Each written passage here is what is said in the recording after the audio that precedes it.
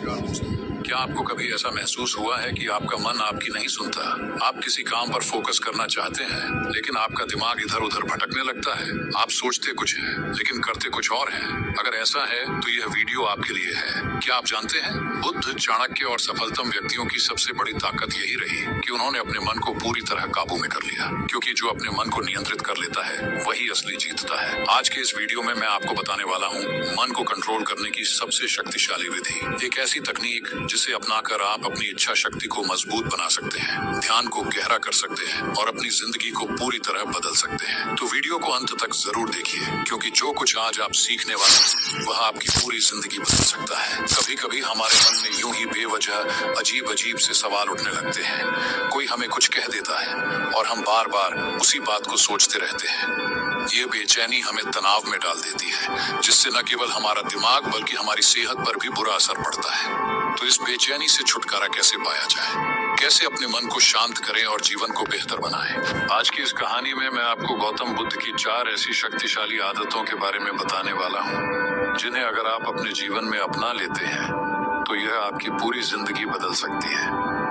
इन आदतों को अपनाकर आप हर तरह के मानसिक तनाव से मुक्त होकर एक खुशहाल और संतुलित जीवन जी सकते हैं। तो आइए कहानी शुरू करते हैं। एक बार एक बौद्ध भिक्षु किसी पेड़ के नीचे ध्यान कर रहा था।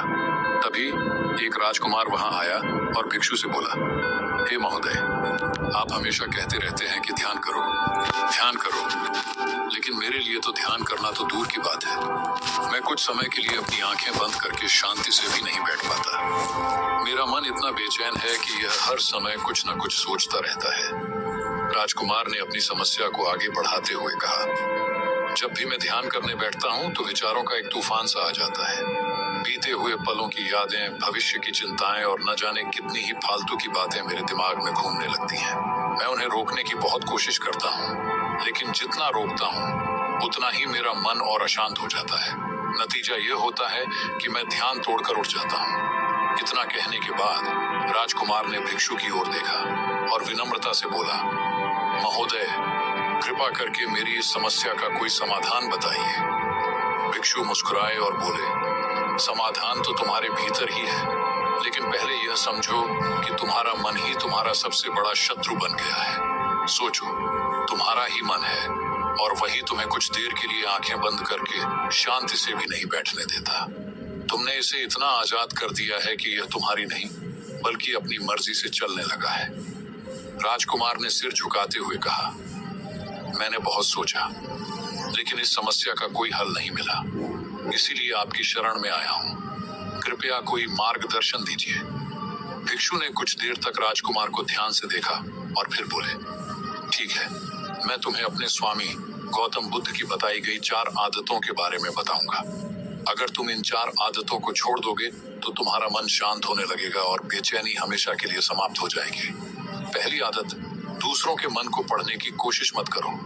भिक्षु ने कहा, तुम जैसे अधिकतर लोग यही गलती करते हो कि दूसरों के मन को पढ़ने की कोशिश करते हो। वह मेरे बारे में क्या सोच रहा होगा? क्या वह मुझसे जलता है? क्या वह मेरी बुराई कर रहा होगा? यही सोच तुम्हें सबसे ज्यादा बेचैन और परेशान करती है। अधिकतर लोग दूसरों के बारे में नकारात्मक धारणाएं बना लेते हैं। वे मेरी तरक्की से जलते हैं, वे मुझे नीचा दिखाना चाहते हैं, वे मेरी मदद नहीं करना चाहते और फिर उन्हीं विचारों में उलझे रहते हैं। इससे क्या होता है, मन अशांत रहता है, तनाव बढ़ता है और हम अपने ही दिमाग के जाल में फंस जाते हैं। इसलिए दूसरों के बारे में अनुमान लगाना बंद करो। अगर कुछ पढ़ना ही है तो अपने खुद के विचारों को पढ़ना शुरू करो। सोचो, कहीं तुम नकारात्मकता, शिकायत या दूसरों की बुराई करने की आदत के शिकार तो नहीं हो रहे? दूसरी आदत, अगर मैं असफल हो गया तो लोग क्या कहेंगे? यह सबसे बड़ा डर है जो तुम्हें रोकता है। तुम सोचते हो, अगर मैं फेल हो गया तो लोग हंसेंगे, अगर मैं गिर पड़ा तो लोग मजाक उड़ाएंगे। पर सच ये है कि लोगों का काम ही हंसना है। अगर तुम सफल हो जाओगे तो यही लोग तुम्हारी तारीफ करेंगे, तुम्हारी सफलता पर तालियां बजाएंगे, लेकिन असफलता पर उनका हंसना भी उतना ही स्वाभाविक है। तो फिर तुम अपनी असफलता पर इतने परेशान क्यों होते हो? याद रखना, असफलता सफल होने से भी ज्यादा जरूरी है, क्योंकि असफलता तुम्हें सिखाती है विनम्र रहना, धैर्य रखना और लगातार प्रयास करते रहना, जबकि सफलता कई बार अहंकार पैदा कर देती है। अब जरा रुको, एक छोटी सी बात। दोस्तों, क्या आप इस वीडियो को ध्यान से सुन रहे हैं? अगर हाँ, तो हमें यह जरूर बताइए कि आप इस वीडियो को कहां से देख रहे हैं। कमेंट में अपना शहर या गांव लिखिए ताकि हम आपको दिल से धन्यवाद दे सकें। और हाँ, अगर आपको यह बातें सही लग रही हैं तो इस वीडियो को लाइक करना ना भूलें, क्योंकि आपका एक लाइक हमें और भी प्रेरित करता है कि हम आपके लिए ऐसी ही गहरी और ज्ञानवर्धक बातें लाते रहें। तो अब पूरी एकाग्रता के साथ आगे बढ़ते हैं इस प्रेरणादायक कहानी की ओर। राजकुमार ध्यान से भिक्षु की बातों को सुन रहा था। भिक्षु ने अपनी बात को आगे बढ़ाते हुए कहा, तीसरी आदत, बेवजह समय बर्बाद करना छोड़ दो। लोगों को लगता है कि वे समय काट रहे हैं, लेकिन हकीकत में समय उन्हें काट रहा होता है। समय बर्बाद करने का सबसे बड़ा कारण यह है कि लोगों को लगता है कि उनके पास बहुत समय है, लेकिन यही सबसे बड़ा भ्रम है। हम सोचते हैं कि हमारे पास बहुत समय है, जबकि सच ये है कि जो लोग हमसे पहले थे वे भी यही सोचते थे, और जब उन्हें अपनी गलती का एहसास हुआ तब तक बहुत देर हो चुकी थी। उनके हाथ सिर्फ पछतावा ही आया। वे सोचते रह गए कि सारा जीवन व्यर्थ के कामों में बर्बाद कर दिया। बिना खुद को जाने, बिना जीवन की सच्चाई को समझे वे इस दुनिया से चले गए। इसलिए जब तक यह जीवन है, इसे अच्छे कामों में लगाओ। खुद को जानो, दूसरों की मदद करो, सही राह दिखाओ और मानवता के कल्याण में योगदान दो। याद रखना, समय काटने से कोई खुशी नहीं मिलती। हाँ, क्षण भर के लिए आनंद का आभास जरूर हो सकता है, लेकिन जब तुम्हें होश आएगा और तुम्हें एहसास होगा कि तुमने अपना कितना कीमती समय बेकार गंवा दिया, तब तुम खुद से नाराज होगे, और यही पछतावा तुम्हें बेचैनी और तनाव में डाल देगा। ये बेचैनी फिर तुम्हारे अंदर लगातार बनी रहेगी। तुम्हारा किसी भी काम में मन नहीं लगेगा, तुम उदास रहोगे, और यह चक्र ऐसे ही चलता रहेगा। और इसकी शुरुआत कहाँ से हुई? बस समय को काटने से। इसलिए समय को काटना बंद करो और उस काम को करना शुरू करो जो वास्तव में जरूरी है। चौथी आदत, यह सोचना छोड़ दो कि अगर बड़े लोग नहीं कर पाए तो मैं कैसे कर पाऊंगा। भिक्षु ने कहा, कई लोग खुद को कमजोर मान लेते हैं। वे सोचते हैं कि अगर बड़े और अनुभवी लोग किसी कार्य में सफल नहीं हो पाए तो वे कैसे कर सकते हैं। लेकिन असल में यह तुलना ही सबसे बड़ी गलती है।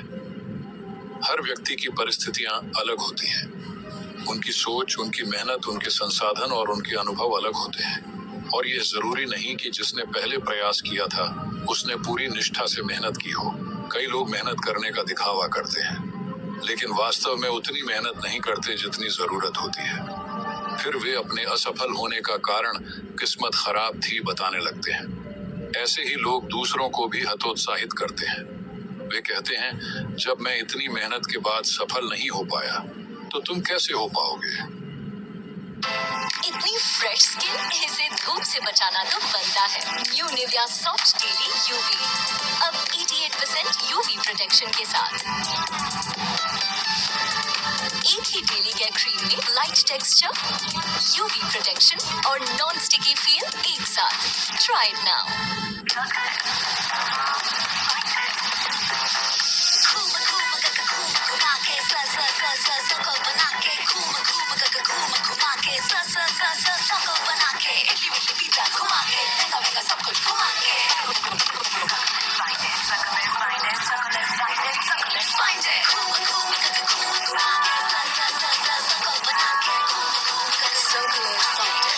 Intelligence now at your fingertips. Galaxy A26 5G with awesome intelligence.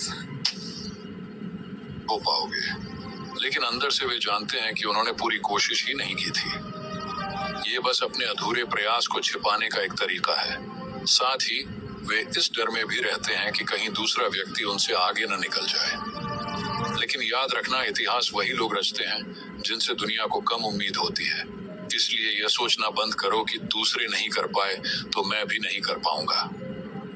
हो सकता है कि तुम ही वह इंसान हो जो यह कर सकता है। बौद्ध भिक्षु ने कहा, अगर तुमने ये 4 आदतें छोड़ दी तो तुम्हारा मन एकदम शांत हो जाएगा। फिर तुम जहां चाहोगे वहां अपना मन लगा सकोगे। इतना कहकर भिक्षु शांत हो गए। राजकुमार कुछ देर तक गहरी सोच में डूबा रहा। अब उसे समझ आ चुका था कि असली समस्या उसके मन के भटकाव की नहीं बल्कि उन 4 आदतों की थी जिनसे वह अनजाने में जुड़ा हुआ था। उसने मन ही मन निश्चय किया कि वह इन 4 आदतों को छोड़ देगा। एक, दूसरों के मन को पढ़ने की कोशिश करना। दूसरा, यह सोचना कि असफल हो गया तो लोग क्या कहेंगे। 3, समय को व्यर्थ गंवाना। 4, यह सोचना कि जो बड़े लोग नहीं कर पाए वह मैं कैसे कर पाऊंगा। अब उसे किसी की सोच, हंसी, असफलता का डर या समय की बर्बादी की चिंता नहीं थी। उसके भीतर एक नई ऊर्जा जाग उठी थी। उसने बौद्ध भिक्षु को धन्यवाद दिया और एक नए विश्वास के साथ वहां से चला गया। दोस्तों, हमें क्या सीख मिलती है? हमें कभी यह नहीं सोचना चाहिए कि लोग मेरे बारे में क्या सोच रहे हैं। अगर हम कोई काम करते हैं और लोग उस पर हंसते हैं तो उन्हें हंसने दो। हमें अपना कीमती समय बेकार नहीं गंवाना चाहिए। हमें यह भी नहीं सोचना चाहिए कि अगर कोई और असफल हो गया तो मैं भी असफल हो जाऊंगा, क्योंकि अगर हम सच्ची मेहनत करते हैं तो कोई भी लक्ष्य असंभव नहीं होता। अगर आपको यह कहानी पसंद आई हो तो इसे लाइक करें। कमेंट में बताइए कि यह कहानी आपको कैसी लगी और आप इसे कहां से देख रहे हैं। इसे अपने दोस्तों और परिवार तक शेयर करें ताकि वे भी इससे प्रेरणा ले सकें, और हमारे चैनल को सब्सक्राइब करें ताकि आगे भी ऐसी जीवन बदलने वाली कहानियां आपको मिलती रहें। तो दोस्तों, आगे बढ़ते हैं एक और ऐसी प्रेरणादायक कहानी की ओर जो आपको इस दुनिया का सबसे सफल व्यक्ति बनाने में मदद करेगी। यह कहानी इतनी शक्तिशाली है कि आप इसकी कल्पना भी नहीं कर सकते। तो चलिए, बिना समय गंवाए शुरू करते हैं आज की यह अनमोल कहानी। नमस्ते दोस्तों, आज हम आपको फिर से धर्म का ज्ञान सुनाने जा रहे हैं। गौतम बुद्ध के जीवन की कुछ ऐसी सच्ची घटनाएं जिन्हें सुनकर शायद आप भी धर्म के मार्ग को अपनाने की प्रेरणा पाएं। गौतम बुद्ध, जो करुणा, अहिंसा और ज्ञान के प्रतीक थे, उनके जीवन में कई चमत्कारी घटनाएं घटी, लेकिन एक ऐसी घटना थी जिसे इतिहास के पृष्ठों में बहुत कम स्थान मिला है। यह वह समय था जब स्वयं मृत्यु के स्वामी मर्ग शैतान बुद्ध के समक्ष उपस्थित हुए और एक शर्त रखी। ये केवल जीवन और मृत्यु की परीक्षा नहीं थी, बल्कि यह मानवता को एक अमूल्य सीख देने वाली घटना थी। एक दिन बुद्ध अपने शिष्यों के साथ राजगीर के एक विहार में ठहरे थे। वे गहरे ध्यान में मग्न थे। तभी अचानक आकाश में एक रहस्यमय ऊर्जा प्रकट हुई। पूरा वातावरण शांत और गहन हो गया। सभी शिष्य भयभीत होकर ऊपर देखने लगे। वहां मृत्यु के स्वामी मर्ग शैतान आकाश में खड़े थे। उनकी गूंजती हुई आवाज आई, तथागत, तुमने हजारों लोगों को जन्म और मृत्यु के चक्र से मुक्त होने की शिक्षा दी है, लेकिन क्या तुम स्वयं इस चक्र से मुक्त हो सकते हो? मैं तुम्हें एक शर्त देता हूँ। यदि तुम इस परीक्षा को पार कर लो तो मैं अपनी शक्ति त्याग दूंगा और पराजित हो जाऊंगा। पर यदि तुम असफल हुए तो तुम्हें मेरे साथ मृत्यु लोक में आना होगा। बुद्ध ने अपनी आंखें खोली, मुस्कुराए और बोले, मृत्यु से कौन डरता है जो पहले ही नश्वरता को स्वीकार कर चुका हो? बताओ, तुम्हारी शर्त क्या है? मर्ग शैतान ने बुद्ध के सामने एक अद्भुत दृश्य प्रस्तुत किया। उन्होंने बुद्ध के प्रिय शिष्य आनंद और अन्य अनुयायियों को एक सुनहरे महल में विलासिता और भोग सुख में लीन दिखाया। फिर उन्होंने कहा, यदि तुम्हारे शिष्य इस वैभव और भोग से हटने को तैयार नहीं तो क्या तुम्हारी शिक्षाएं व्यर्थ नहीं हो जाएंगी? बुद्ध ने शांतिपूर्वक उत्तर दिया, सत्य को परखने के लिए समय की आवश्यकता होती है। यदि मेरे शिष्य मोह में फंस भी जाए तो भी वे अंततः सत्य को पहचान लेंगे। धन, वैभव और सुख अल्पकालिक हैं, परंतु आत्मज्ञान चिरस्थायी है। बुद्ध के इस उत्तर को सुनकर मर्ग शैतान निरुत्तर हो गया, लेकिन उसने अगली परीक्षा की योजना बनाई। मर्ग शैतान ने एक गांव के लोगों को उकसाया कि वे बुद्ध का अपमान करें और उन पर पत्थर फेंकें।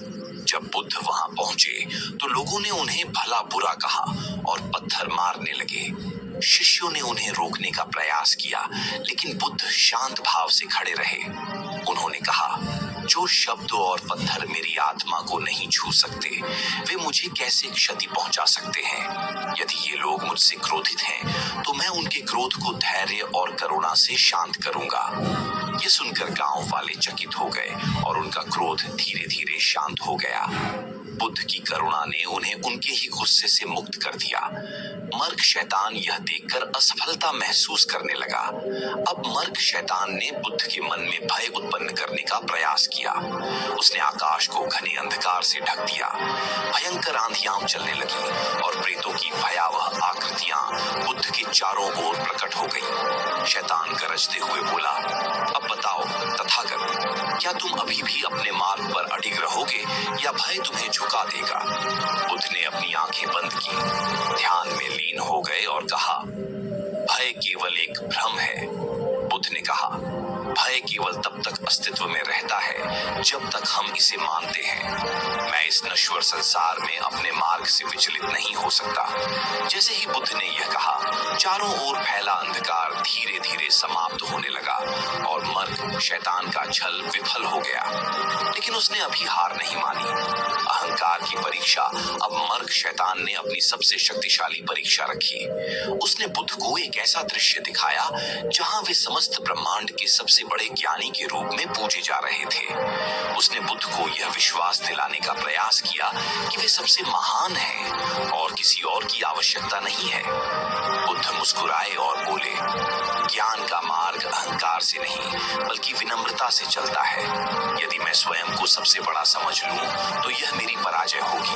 सच्चा ज्ञान वह है जिसमें मैं किसी से ऊपर या नीचे नहीं बल्कि सबके साथ हूं। मर्क शैतान इस अंतिम परीक्षा में भी असफल हो गया। उसे स्वीकार करना पड़ा कि बुद्ध की आध्यात्मिक शक्ति के सामने उसकी सभी चालें व्यर्थ थीं। उसने सिर झुका लिया और वहां से चला गया। बुद्ध की शिक्षा इसके बाद बुद्ध ने अपने शिष्यों को एक और महत्वपूर्ण शिक्षा दी। सत्य को कोई हरा नहीं सकता और जो करुणा व धैर्य के मार्ग पर चलता है, वह सदा विजय प्राप्त करता है। बुद्ध की इस विजय ने उनके अनुयायियों को एक नई प्रेरणा दी। इस कहानी से हमें क्या सीख मिलती है? एक, मृत्यु का भय समाप्त करना। यह कहानी हमें सिखाती है कि मृत्यु से डरने की आवश्यकता नहीं है, बल्कि हमें अपने जीवन को सार्थक बनाना चाहिए। दो, धैर्य और संयम। बुद्ध ने हर चुनौती का सामना धैर्य और संयम से किया। इससे हमें यह प्रेरणा मिलती है कि जीवन में कठिनाइयों से घबराने के बजाय हमें उनका समाधान खोजना चाहिए। 3, सही और गलत का भेद। मर्क शैतान की चालाकियों से हमें यह सीखने को मिलता है कि सत्य और असत्य में भेद करना कितना आवश्यक है। Creators looking for an edge over the competition? Get 50% off and stand out with just a click. No mics, no retakes, just seamless, high-quality audio. So save 50% with 11 Labs and level up your game.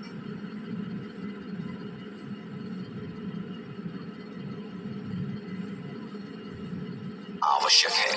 4, आत्मज्ञान की महत्ता। बुद्ध की विजय यह दर्शाती है कि भौतिक शक्ति से अधिक आत्मज्ञान ही सबसे बड़ी शक्ति है। 5, अहंकार से मुक्ति। यह कहानी हमें सिखाती है कि सच्चा ज्ञान प्राप्त करने के लिए अहंकार का त्याग आवश्यक है। गौतम बुद्ध करुणा और ज्ञान के प्रतीक थे। वे समस्त संसार को जन्म मरण के चक्र से मुक्त करने का उपदेश देते थे। लेकिन एक घटना ऐसी थी जिसे बहुत कम लोग जानते हैं। एक यात्रा जो उन्होंने मृत्यु के बाद के संसार में की।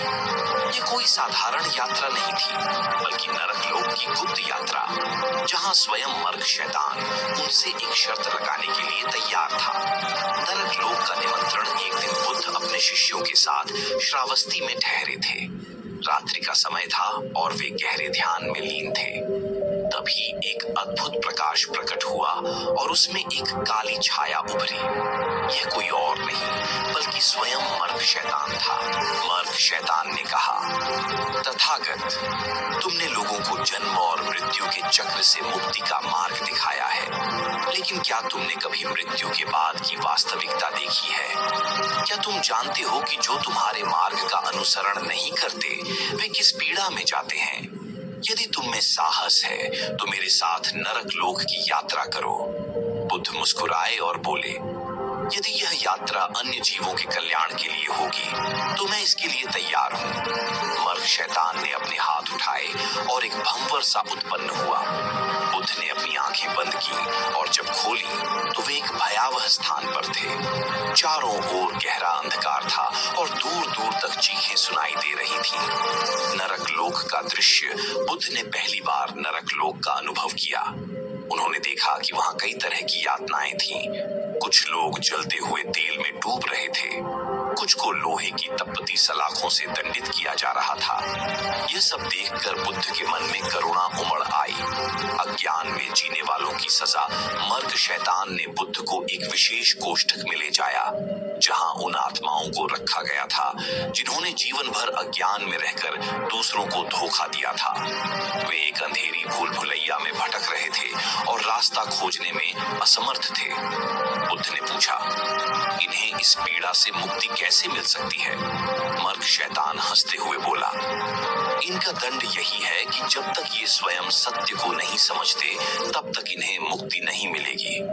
बुद्ध ने अपनी करुणा से एक दिव्य प्रकाश उत्पन्न किया, जिससे कुछ आत्माएं सत्य को समझने लगी और मुक्त हो गईं। ये देखकर मर्ग शैतान चकित रह गया। क्रोध और हिंसा के दुष्परिणाम फिर बुद्ध ने उन लोगों को देखा जिन्होंने अपने जीवन में क्रोध और हिंसा को अपनाया था। वे आत्माएं निरंतर एक दूसरे से लड़ रही थीं, लेकिन हर वार के बाद उनका शरीर फिर से ठीक हो जाता और वे दोबारा वही लड़ाई करने लगते। बुद्ध ने उनसे कहा, क्रोध अग्नि की तरह होता है जो पहले अपने धारक को जलाता है। जब तक तुम इसे नहीं छोड़ोगे तुम इस कष्ट से मुक्त नहीं हो सकते। कुछ आत्माएं रोने लगीं और जब उन्होंने बुद्ध की शिक्षा को स्वीकार किया तो वे प्रकाश में विलीन हो गईं। लालच और मोह की यातना फिर बुद्ध को उन आत्माओं के पास ले जाया गया जिन्होंने लालच और मोह के कारण अपने जीवन को व्यर्थ कर दिया था। वे लोग सोने और आभूषणों के ढेर के बीच थे, लेकिन जैसे ही वे उन्हें पकड़ने जाते वे जलने लगते। बुद्ध ने उनसे कहा, जो वस्तु तुम्हें पीड़ा देती है वह तुम्हारी सच्ची संपत्ति नहीं हो सकती। उसे पकड़ दहेजने का क्या लाभ? वास्तविक सुख बाहरी वस्तुओं में नहीं बल्कि भीतर की संतुष्टि में है। बुद्ध के ये शब्द सुनकर कुछ आत्माएं समझ गईं और मुक्त हो गईं। मर्ग शैतान ने बुद्ध को एक गहरे अंधेरे में ले जाया, जहां उन लोगों की आत्माएं थीं जिन्होंने अत्यधिक अहंकार और घमंड में जीवन व्यतीत किया था। ये आत्माएं निरंतर अपनी प्रशंसा कर रही थीं, लेकिन जैसे ही वे स्वयं को श्रेष्ठ समझती, उनके शरीर में जलन होने लगती। बुद्ध ने उनसे कहा, सच्ची श्रेष्ठता विनम्रता में है, न कि घमंड में। जो स्वयं को दूसरों से ऊंचा मानता है वह अपनी ही अग्नि में जलता रहता है। मर्ग शैतान ने देखा कि बुद्ध की करुणा नरक लोक में भी प्रकाश फैला रही थी। उसने बुद्ध के सामने एक अंतिम शर्त रखी। उसने कहा, यदि तुम वास्तव में इतने शक्तिशाली हो तो एक ऐसी आत्मा को मुक्त करो जो सबसे बड़े पाप का भागी है, एक हत्यारा जिसने अनेकों निर्दोषों को मारा है। बुद्ध ने उस आत्मा को देखा। वह व्यक्ति अपने कर्मों से पूरी तरह ग्रस्त था, लेकिन बुद्ध ने उससे पूछा, क्या तुम अपने कर्मों पर पछताते हो? आत्मा ने रोते हुए उत्तर दिया, हाँ, मैं अब समझ चुका हूँ कि मेरा मार्ग गलत था। बुद्ध ने उसे ध्यान करने की विधि सिखाई और धीरे धीरे उसका मन शांत हुआ। उसने स्वयं को क्षमा कर दिया और उसके बंधन टूट गए। मर्ग शैतान यह देखकर हतप्रभ रह गया। उसने स्वीकार किया कि बुद्ध की करुणा और सत्य की शक्ति अद्वितीय थी। बुद्ध की इस यात्रा ने यह सिद्ध किया कि नरक केवल एक स्थान नहीं बल्कि एक मानसिक स्थिति भी हो सकती है। जब तक हम क्रोध, लालच, मोह और अहंकार को नहीं छोड़ डालते तब तक हम अपने ही जीवन में नरक का अनुभव करते रहते हैं। लेकिन यदि हम सत्य और करुणा को अपनाएं तो हम किसी भी बंधन से मुक्त हो सकते हैं। गौतम बुद्ध की शिक्षाएं जीवन के गूढ़ रहस्यों को उजागर करने वाली रही है। ये कथा पुनर्जन्म के सिद्धांत को स्पष्ट करती है और ये भी बताती है कि किसी भी व्यक्ति का जीवन कैसे बदल सकता है। प्राचीन भारत के एक राज्य में एक महान राजा का शासन था जो न्यायप्रिय और दयालु था। उसी राज्य में एक कुख्यात चोर भी रहता था जो हमेशा चोरी करके जीवनयापन करता था। एक रात जब चोर महल में चोरी करने घुसा तो राजा ने उसे पकड़ डीएचए लिया, लेकिन दंड देने के बजाय राजा ने उसे क्षमा कर दिया और समझाने का प्रयास किया कि सच्चा सुख चोरी में नहीं बल्कि मेहनत से कमाए गए धन में है। चोर ने उस समय तो यह सीख नहीं मानी, लेकिन उसकी आत्मा में यह बात अंकित हो गई। राजा की मृत्यु के बाद वह स्वयं एक संत बन गया, लेकिन अपने पिछले कर्मों के कारण अगले जन्म में उसे एक कठिन जीवन मिला। राजा अगले जन्म में सिद्धार्थ गौतम के रूप में जन्मे और आगे चलकर बुद्ध बने। वहीं चोर इस जन्म में एक गरीब किसान के रूप में पैदा हुआ। उसने जीवन भर संघर्ष किया, लेकिन उसकी आत्मा में किसी अनजाने कारण से ज्ञान और शांति की खोज बनी रही। एक दिन बुद्ध अपने शिष्यों के साथ गांव में आए। किसान ने उन्हें देखा और उनके पास जाकर प्रवचन सुना। तभी उसके मन में अचानक गहरी शांति का अनुभव हुआ। उसे लगा कि वह इस ज्ञान से पहले भी परिचित था। यह उसके भीतर छिपे संस्कारों का परिणाम था। बुद्ध ने उसे जीवन की क्षण भंगुरता और कर्मों के प्रभाव के बारे में समझाया, जिससे किसान को अपनी पिछली गलतियों का आभास हुआ। वह उनके अनुयायी बन गया और सत्य के मार्ग पर चल पड़ा। अगले जन्म में वह किसान एक समृद्ध व्यापारी बन गया जो लालच और संपत्ति में डूबा हुआ था। वहीं बुद्ध का जन्म एक संत के रूप में हुआ। जब संत ने व्यापारी से दान देने और लोभ त्यागने की सलाह दी तो व्यापारी ने उनका उपहास उठाया, लेकिन कुछ वर्षों बाद व्यापार में भारी नुकसान हुआ, जिससे वह कंगाल हो गया। तब उसे संत की बातें याद आईं और उसने उनके पास जाकर ज्ञान प्राप्त किया। यह पुनर्जन्म के चक्र का ही प्रभाव था कि हर जन्म में वह सत्य के करीब आता गया। इस जन्म में व्यापारी एक राजा बना, लेकिन अहंकार और विलासिता में लिप्त था। वहीं पूर्व संत एक सामान्य साधु बने। जब राजा ने साधु को अपने दरबार में बुलाया तो उसने उसे अहंकार छोड़ देने और दयालु बनने की सलाह दी। पहले तो राजा ने उनकी उपेक्षा की, लेकिन जब युद्ध में हार का सामना किया तो उसने साधु की शरण ली। इस जन्म में राजा ने साधु के ज्ञान को पूरी तरह से स्वीकार किया और एक न्यायप्रिय शासक बना। यह पुनर्जन्म की यात्रा की चरम सीमा थी, जहां आत्मा अपने शुद्ध रूप में पहुंच रही थी। राजा और साधु दोनों के जीवन का चक्र आगे बढ़ता गया। उनके अगले जन्म में दोनों को संत बनने का सौभाग्य मिला। उन्होंने अपनी सारी इच्छाएं त्याग दी और स्वयं को ध्यान और आध्यात्मिक साधना में समर्पित कर दिया। यह उनका अंतिम जन्म था, जहां उन्होंने मोक्ष की प्राप्ति की। इस जीवन में दोनों ने मिलकर हजारों लोगों को शिक्षाएं दी और उनकी शिक्षाओं से कई लोगों के जीवन में बदलाव आया।